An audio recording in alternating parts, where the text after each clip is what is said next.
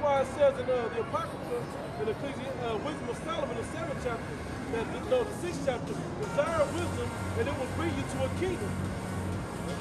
The desire of wisdom bring you to a kingdom. It's like 6 and right around 17. No, I'm okay.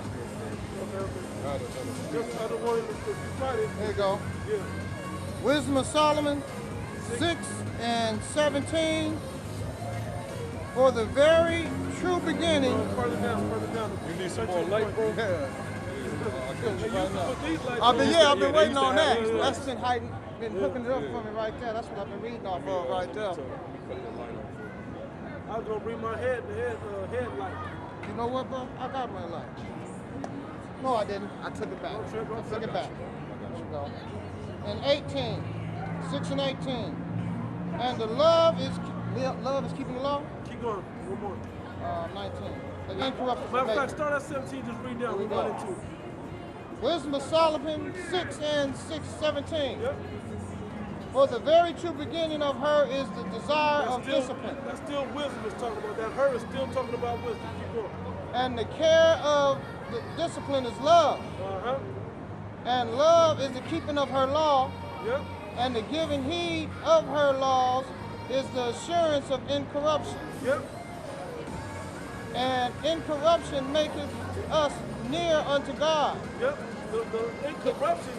So when you desire discipline, the discipline, the care of discipline is love, and love is the keeping of the laws, and the keeping of the laws is incorruption. That's what keeps you near to the Most High. And America is going down, all right? Right. America is going down. There's nothing you can do to fight for America. That's right. Y'all on the Titanic right now. And the incorruption maketh us unto God. Therefore the desire of wisdom bringeth us into a kingdom. And the desire, say it again. Desire of wisdom bringeth to a kingdom. Uh-huh.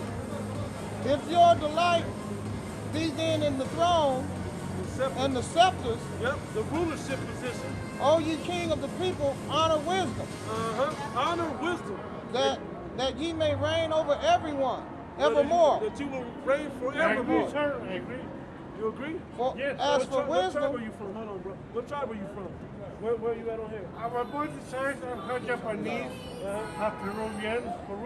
On your father's side? But this very funny thing about me. Your father? No. Don't worry about that. Your father I can't. No, I heard your name.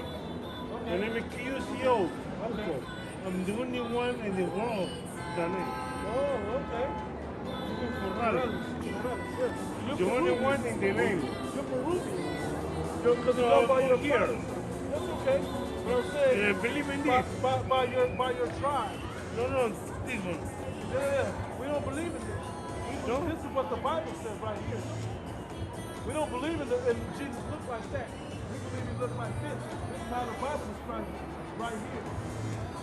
And you're on this side. Peru is right here. Colombia to Uruguay. Peru is in between here, right? That's I'm the only one who can be still in the world, sir. right. Not in the first, sir. But I like your religion, sir. Yeah, so you can go on YouTube and look it up. They have it in Espanol, they have it in English, whatever you need on YouTube.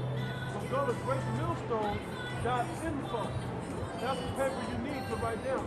You have a piece of paper? Yes, sir. I don't have a pen on me. I thought I had one. I got one. Just give them the I didn't want to do it, sir. Spanish. Well, if you live in Las Vegas? Yeah, I'm in love with bro. Okay. But we're here every week. We're here every week on Sunday. You're my son. Yeah, so whenever you come back, you have questions, write your questions down so you remember them, and we'll answer them out of the Bible for you. All right. He really didn't want it. No, I didn't want that. He said, no, I'm not for it. We extended it out for him.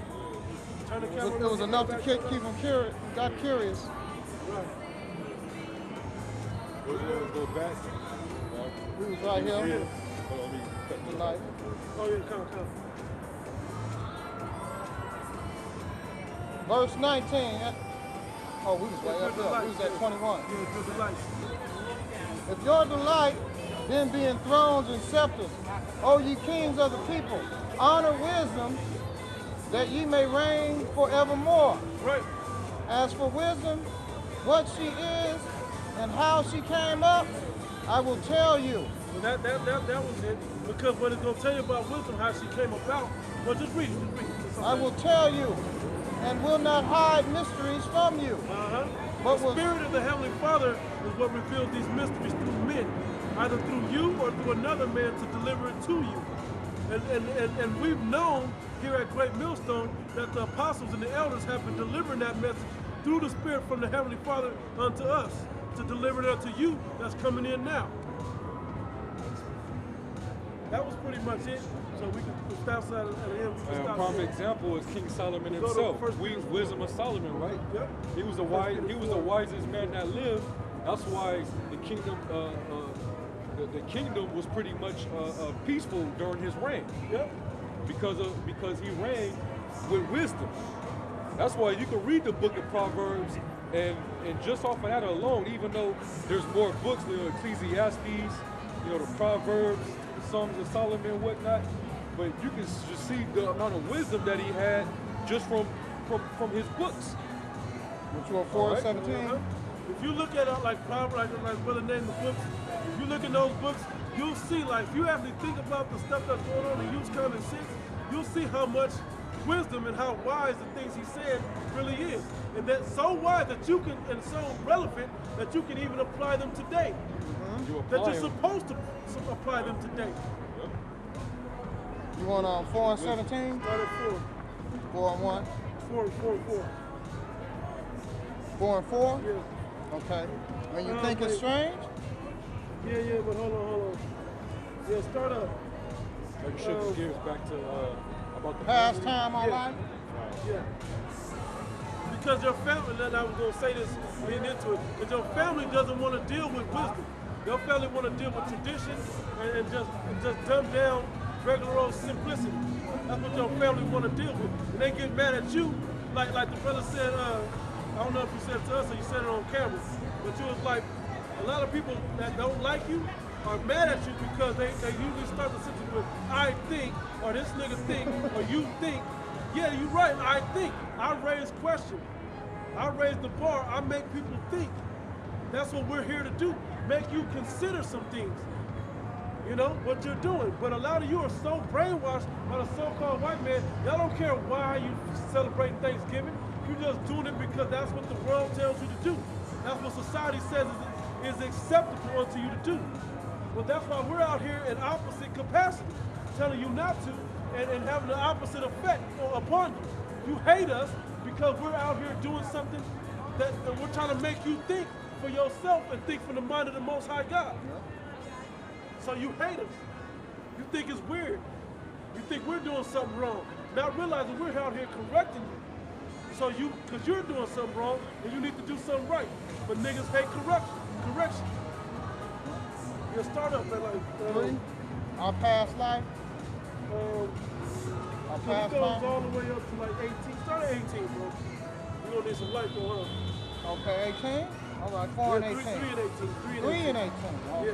now. It got some heat in there. If you want me to read, Yeah, just read. I got it, bro. I got it. I want to make sure you can see it. Yeah, I got it. Instead of him holding the light, First Peter 3 and 17. For it is better if the will of Yahweh be so that we suffer for well-doing than for evil-doing. Now, evil-doing is Thanksgiving, following these paganistic holidays. That's evil. The Lord told you, I despise your feast days. Hate the evil and love the good. So he hates when you're following all these what did you say right there? That it's a good thing that you suffer for well-doing and hate the evil. Keep on. For Christ also have once suffered for sins. The Because just you had to suffer for it. He didn't sin, but he had to suffer for it. So now you trying to be without sin, you gotta suffer some out of this world too. Keep going. the just for the unjust, that he might bring us into Yahweh, being put to death in the flesh, but quickened by the Spirit. That's the second covenant. Keep going. by which also we went and preached unto the spirits in prison, which sometime were disobedient, when once the long suffering of Yahweh waited in the days of Noah. Yep, because everybody had to be judged and destroyed back at that time because they were wicked. Not because they were doing good, but because they were wicked. Same thing now. To not be wicked, you got to stop being wicked. Now, they saw what Noah was doing in those days. They saw him building an ark and everything, but they didn't care. They continued doing what they were doing. You know, he'd be like, hey, why you doing it? Oh, because the Lord about to bring the rain and the storm. Oh, for real? Okay, we'll see. And they didn't believe him, so they got destroyed. Keep going. Verse 20, which was And that's coming around again. But instead of by water, by nuclear fire. Go ahead. Verse 20, which sometime were disobedient, when once the long suffering Yahweh waited in the days of Noah, while the ark was being prepared, was a preparing, whereas a few, that is 8 souls, were saved by water. The like figure went into even baptism, doeth also now save us, not the putting away of the filth of the flesh, but the answering of good consciousness toward Yahweh. Right. You have to do the best of your ability to the Most High. That's all we're required to do, the very best of your ability. And don't think he don't know what that is. You have to do the very best because everybody else just got destroyed. And those 8 persons were saved because they were the only righteous at that time. But now the doors are open for more people to be involved in this. 1/3 of the 144,000 is the opportunity that you have. Do the math. That's the opportunity that you have to be saved out of what's coming. But you have to first get rid of all the wickedness in your life. Mortifying your members and cutting off wicked family members and wicked traditions. Keep going. But the answer of good conscience toward Yahweh. But the resurrection. If I went and celebrated, if I went and celebrated Thanksgiving just so I could see all my family, I wouldn't have a good conscience about it. Yeah, I would have praise and all of this for my family, but fuck that. That ain't gonna give me no salvation. The good conscience of not celebrating it and setting a point to it, I guarantee you I'll be a topic of discussion at their Thanksgiving dinner. Will not be there. But guess what? That example is serious because I'm going to show up the next day, and when you ask me about it or anybody has anything to say about it, guess what? Start running because I'm about to bring the book out on your ass. And I ain't got to be nice no more. And I ain't got to be nice. I can be as harsh as I need to be. Go ahead. By the resurrection of Yahweh Shah Mashiach, who is gone into heaven and is on the right hand of God. Yep. Angels and authorities and the powers being made subject unto him. Hey, that just shows you the position of who you're sacrificing for. You're sacrificing for the Creator and His Son, the only perfect man for the earth. You're sacrificing your bullshit-ass, sinful, lustful-ass life of the flesh for something more greater and spiritual. But it's for a higher power, not for your mama, not for your daddy, not for no crispy-ass turkey or no honey-baked candy. Keep going. For as much, then, you know we want to Yeah, that's right. for as much as the church have suffered with us in the flesh, arm yourselves likewise in the same mind, for he that have suffered in the flesh have ceased from sin. Hey, because if you in this world, it's pleasurable to sin in this world. But if you, it's like when you after Thanksgiving dinner, they all gonna be sitting up there happy and music playing and itis and gonna sleep good tonight and all of that. They're gonna be all happy rubbing their bellies, not knowing that them dinners and all of that adding up is gonna lead them to a painful destruction. That's what it's gonna lead you to. But arm yourself like the church, like the brotherhood of the church has been doing in the like mind that, hey, even Yahweh Shai did, and I ain't partaking in that bullshit. That's how you have to arm yourself away from your family. Arm yourself with that same mind of suffering away from the wickedness and the pleasures of your flesh to be in the spiritual glory of the Heavenly Father. For lack of a better term. Keep reading. Verse 2.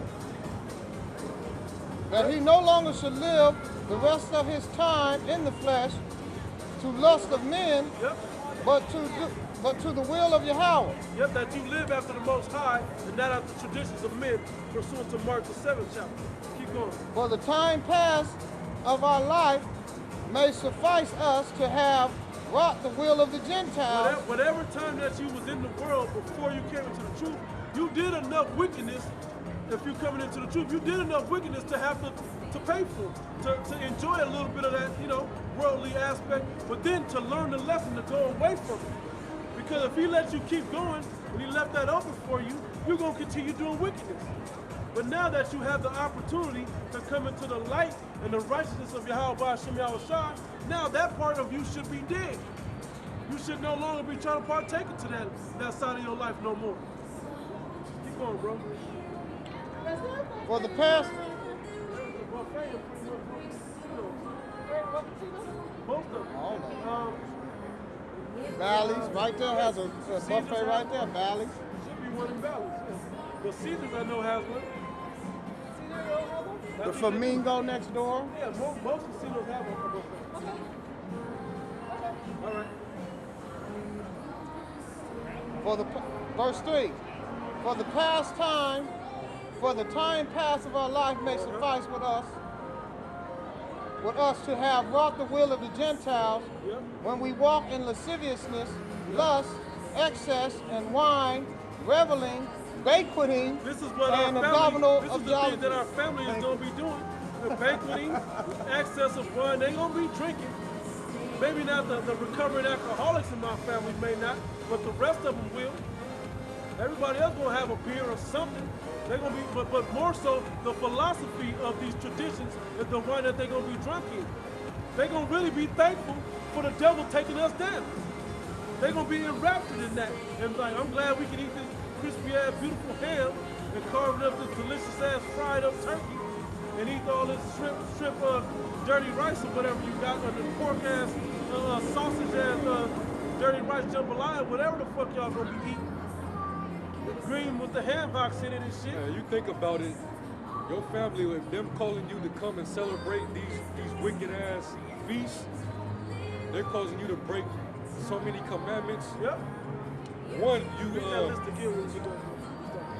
one, you commit idolatry Yep. because of the event, the topic of you even coming together, the spirit of that event. spirit and exactly the energy connected to the event is pretty much going something towards idol or something that has nothing to do. Yeah, that has nothing to do with the Most High. Something that so you give power to. So yeah, so you're committing idolatry. So they want you to come and commit idolatry with them. Two, they want you to become unclean. Yep. All right. Like them. That's a breaking of the law. They want you to come and become gluttonous. Yep.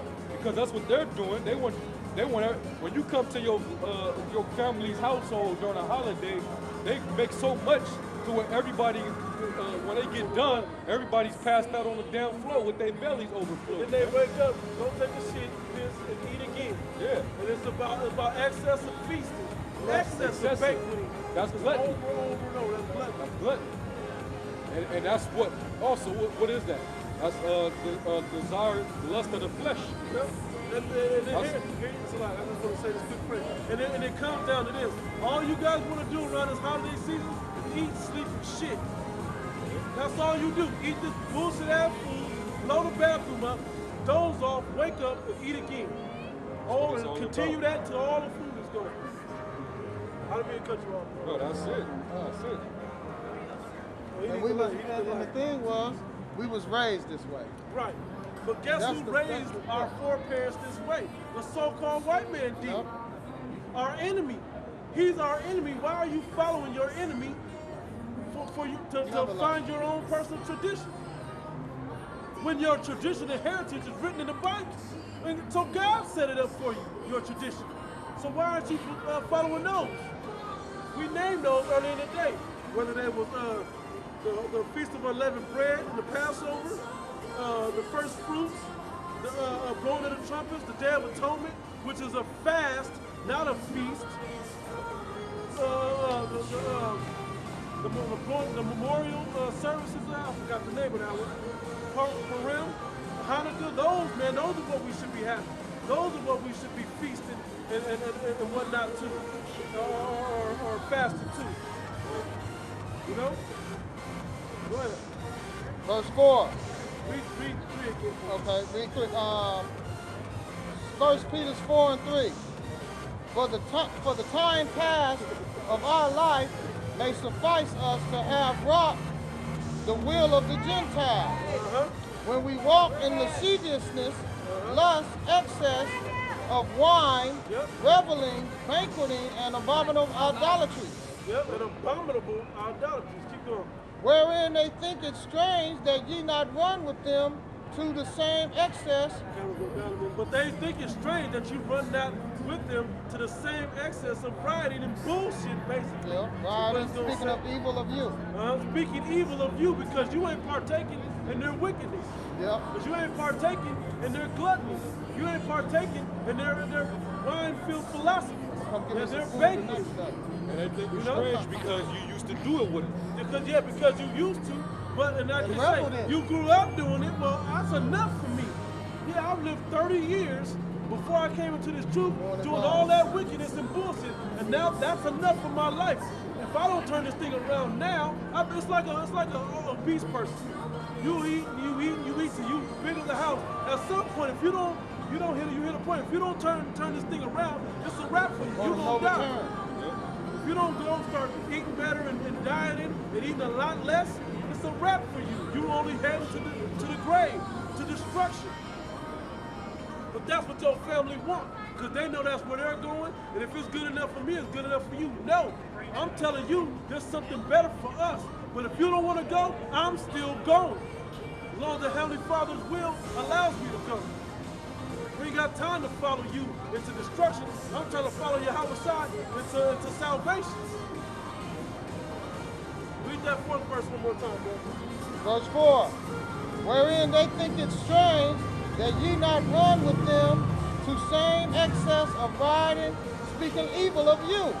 Something wrong with you for not partaking in it. Keep on. Who shall give an account to him that is ready to judge the quick and the dead? Who shall give an account for him that's ready? Meaning, we're not going to be hypocrites for judging you on your riding and bullshit. And when you die, those that will be quickened and have a new life renewed in righteousness, and those of you that's headed for the grave. We were able to judge the good judgment of the quick and the bad judgment of the dead. Because we won't be hypocrites, but we'll be living the lifestyle ourselves. That's what this is about. They don't want to be judged. I'm going to judge everybody. If I ever was to show up, I'm going to judge everybody up there for eating that bullshit if I showed up.